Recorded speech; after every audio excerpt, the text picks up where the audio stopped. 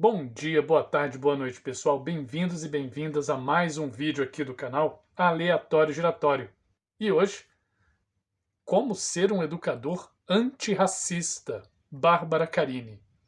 Esse aqui foi o resultado do último sorteio que eu fiz entre dois livros que eu iria ler.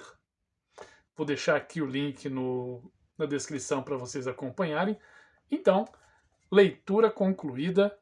Vou aqui trazer alguns trechos desse livro tão importante para a gente, fazer meus comentários e aguardar ansioso o comentário de vocês. Já adianto que é um livro fundamental para nós, professores do dia a dia da escola. Como ser um educador antirracista.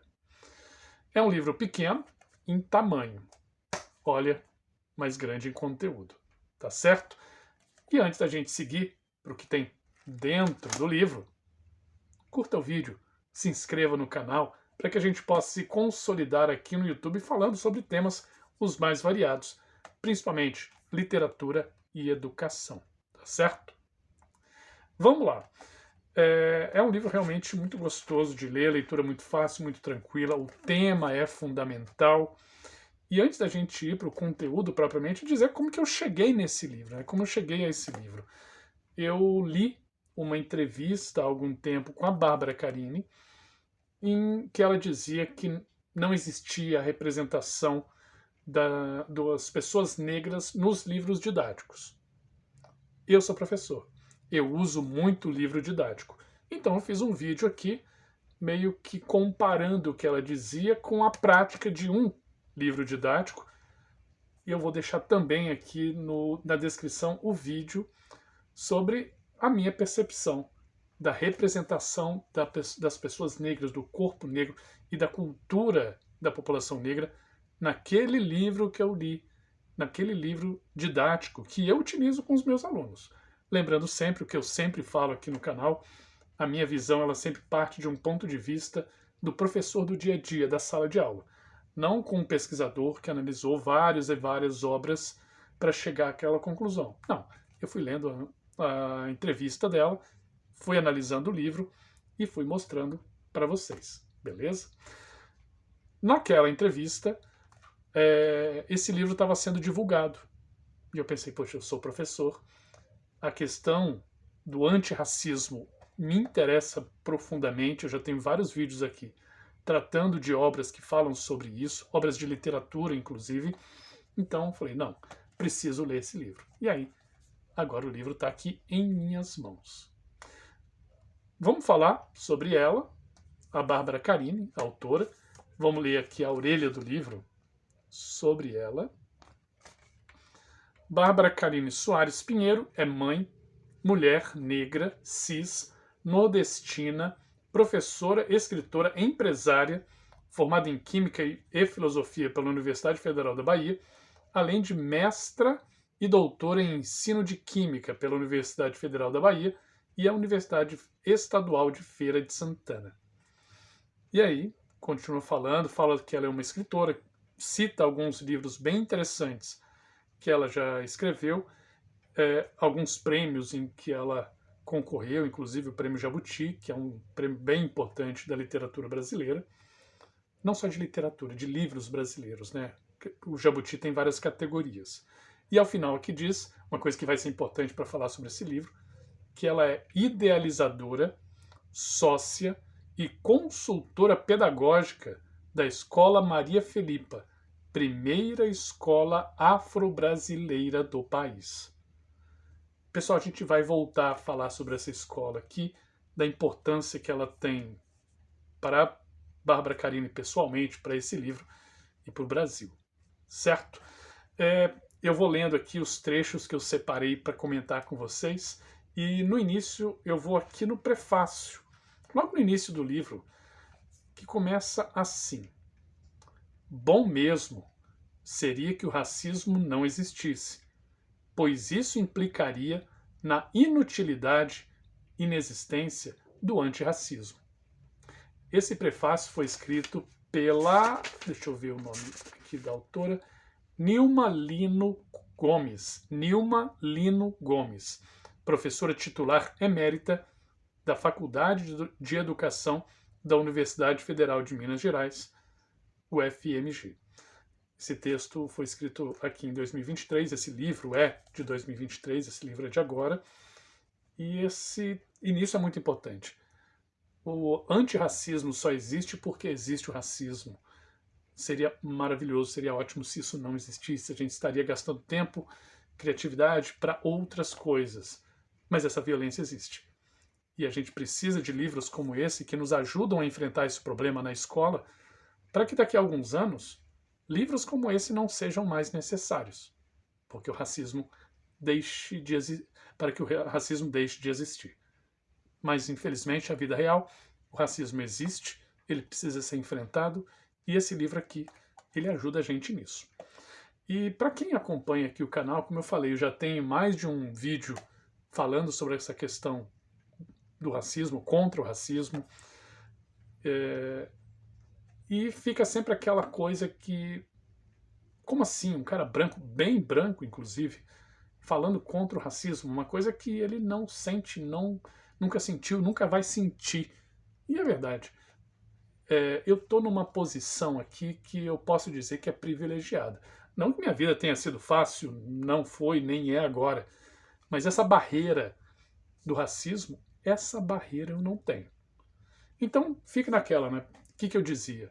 Poxa, você falando contra o racismo, mas qual a sua posição para falar sobre isso? Qual que é o seu lugar de fala para falar sobre isso? Sendo que você não sofre racismo. E eu dizia, falar contra o racismo é falar a favor da vida de pessoas que sofrem essa violência, inclusive morrem por causa dessa violência, que são as pessoas negras, né? Meus irmãos e minhas irmãs negras. Eu não sofro isso, eu tenho esse privilégio de não sofrer essa violência, sofro outras na sociedade, mas essa não é uma delas. Então eu vou usar esse meu lugar de destaque, de privilégio, para me posicionar contra o racismo.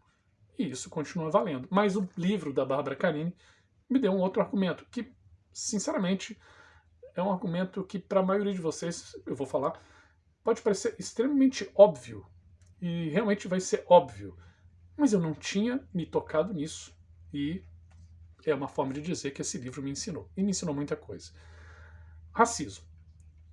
Por um raciocínio lógico simples, é de se perceber que o racismo não foi criado pela população negra. A população negra não criou o racismo. Quem criou o racismo foi a população branca. Então, já que o racismo foi criado pela população branca, numa posição de poder para escravizar pessoas negras, né? Já que o racismo foi criado pela população branca, é a população branca que precisa desinventar esse troço. Então, esse assunto, o assunto da luta antirracista, ela devia ser uma luta muito mais da população branca do que a luta da população negra. Mas por que a gente vê a população negra lutando contra o racismo? É porque é o corpo deles que sofre. É porque é a mente deles que é violentada com essa violência, né? Mas esse é um argumento que agora eu vou utilizar. Nós, pessoas brancas, precisamos lutar contra o racismo. E o livro da Bárbara Carini nos ajuda nesse percurso, tá certo? Vamos lá, eu tenho alguns tópicos aqui que eu fui anotando ao longo do livro para comentar com vocês, e começando por esse título, né? Como ser um educador antirracista, e dá a entender que é um livro que traz vários tópicos de práticas, de guia mesmo, né? De como fazer essa luta dentro das escolas. E realmente esse livro traz alguns tópicos que eu pretendo abordar aqui, alguns. Não todos, obviamente, né? Todos é por conta de vocês com a leitura integral desse livro, que é de uma leitura tranquila. Mas o livro ele dá essa ideia de guia, de passo a passo, e ele é muito mais do que isso.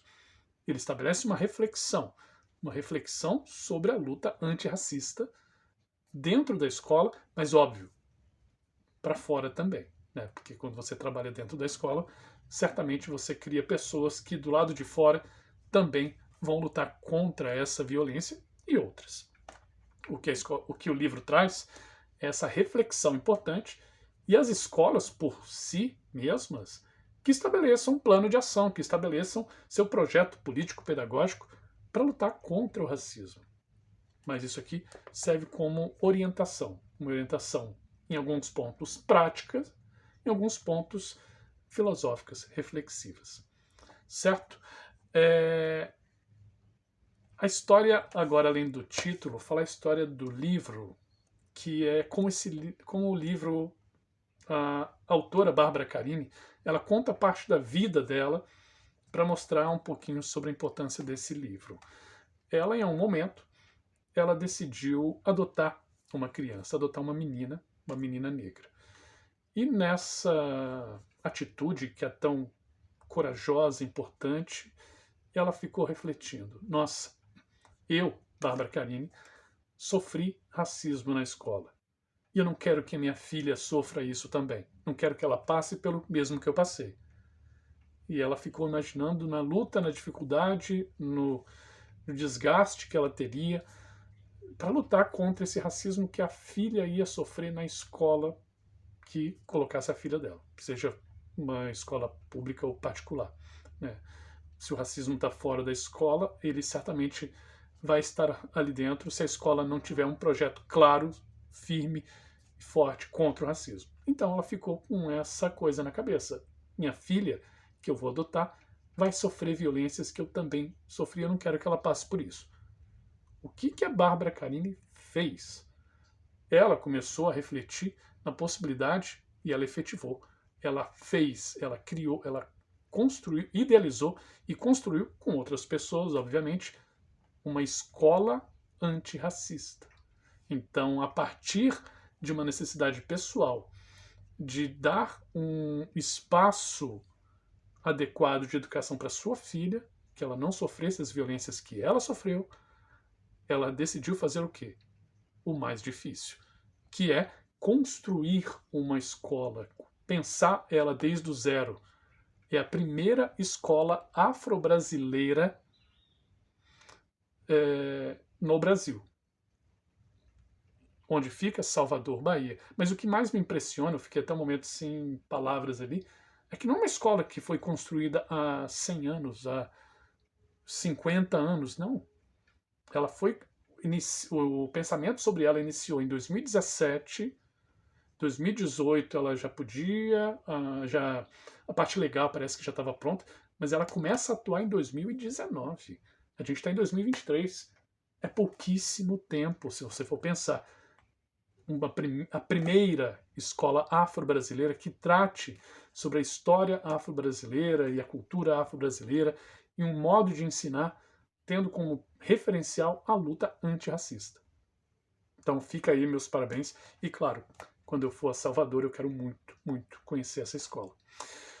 Continuando, vendo os pontos aqui interessantes que a autora traz para a gente, e eu quero ver coisas práticas, né, que nós, professores, possamos trabalhar na escola.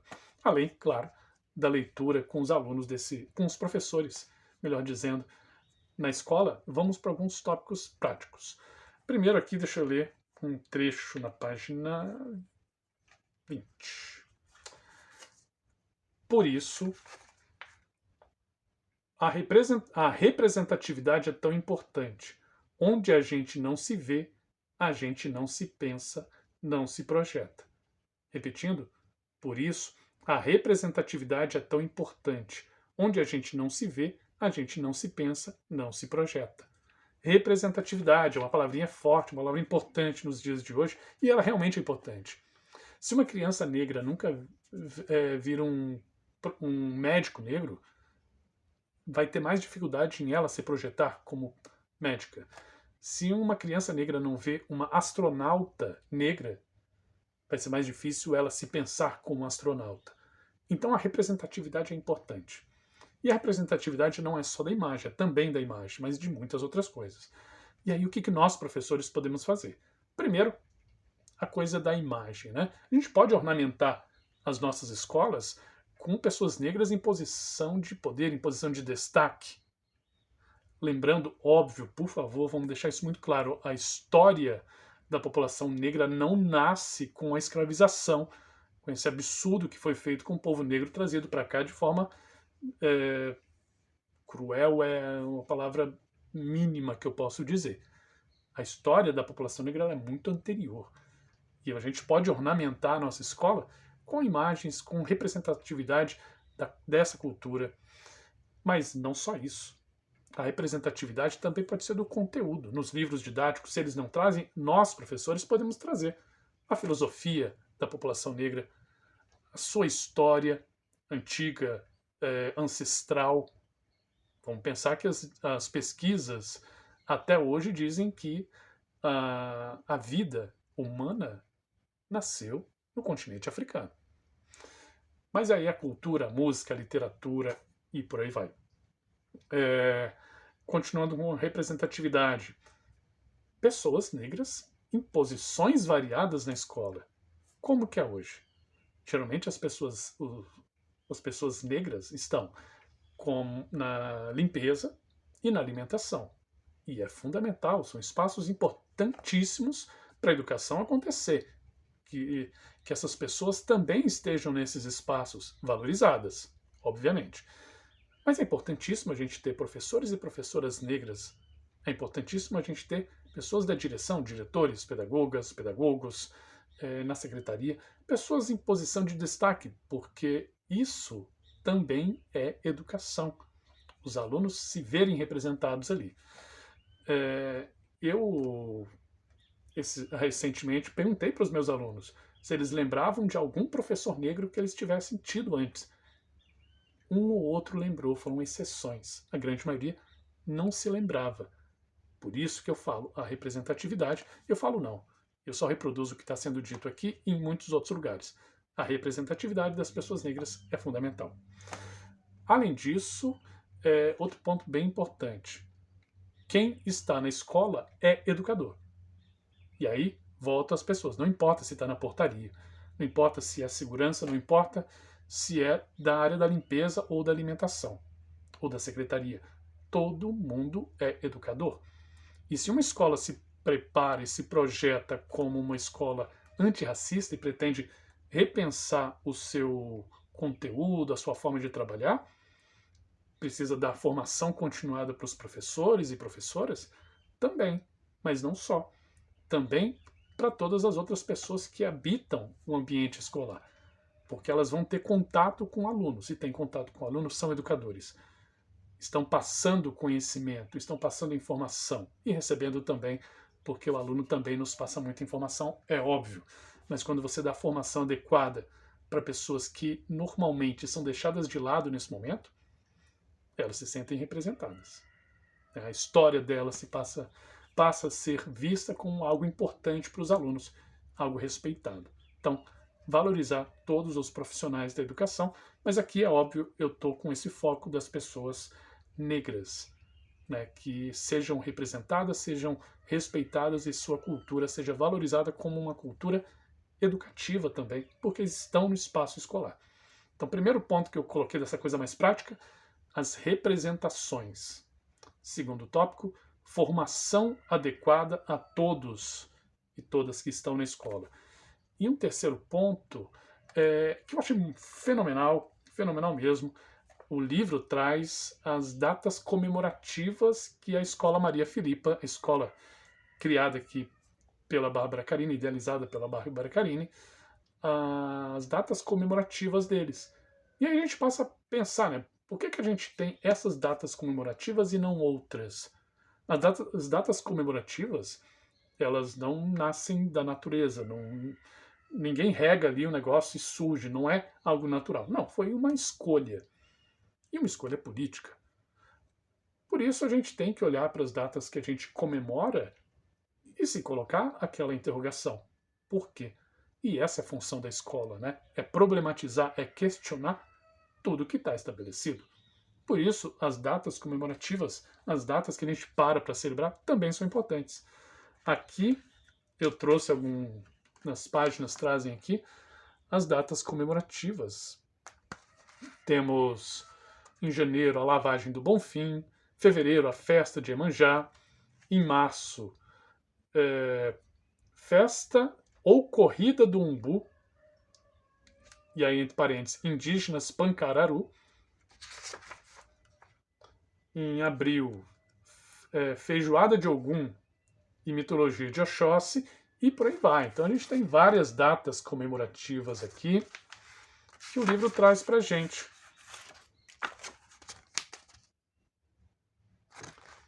Ali em outubro, Festa das Águas, Pataxó. 20 de novembro, a data que é mais conhecida nas escolas, mas pouco trabalhada, infelizmente. O 20 de novembro é Dia da Consciência Negra, e por aí vai.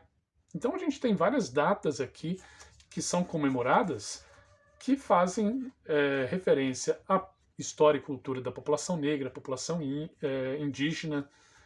E isso é muito interessante. Isso não é difícil da gente fazer nas nossas escolas, que é ver a cultura local e pensar as datas comemorativas daquela população. E aí vale para a população negra, vale para a população indígena, mas, por exemplo, se você tem muitos haitianos na sua região, na sua comunidade, na sua escola, quais são as datas comemorativas para aquela população? Se você tem muitos venezuelanos, quais são as datas comemorativas daquela população? Você trazer, de novo, representatividade, respeito à cultura do outro. Não é só se adequar a uma cultura que já está estabelecida, mas também transformá-la. Isso é importante. Bem, pessoal, é óbvio que o objetivo não é esgotar esse livro é muito mais, tem muito mais conteúdo do que eu falei aqui. Busquei trazer algumas coisas que são do nosso dia a dia como professores. Vou até repetir aqui: representatividade da população negra, a formação de todos da escola como educadores e essa questão das datas comemorativas. Se as escolas se organizarem, dá para lidar com esses 3 tópicos de uma forma relativamente tranquila, com o apoio dos alunos, porque quando a gente traz essas coisas de mão na massa, eles sempre gostam bastante, beleza? Mas a indicação é Como Ser um Educador Antirracista, Bárbara Carini. Leiam, vale a pena. Beleza? E outra indicação, na verdade um pedido, curta esse vídeo, se inscreva no canal, compartilhe esse vídeo com outra pessoa. Tá certo?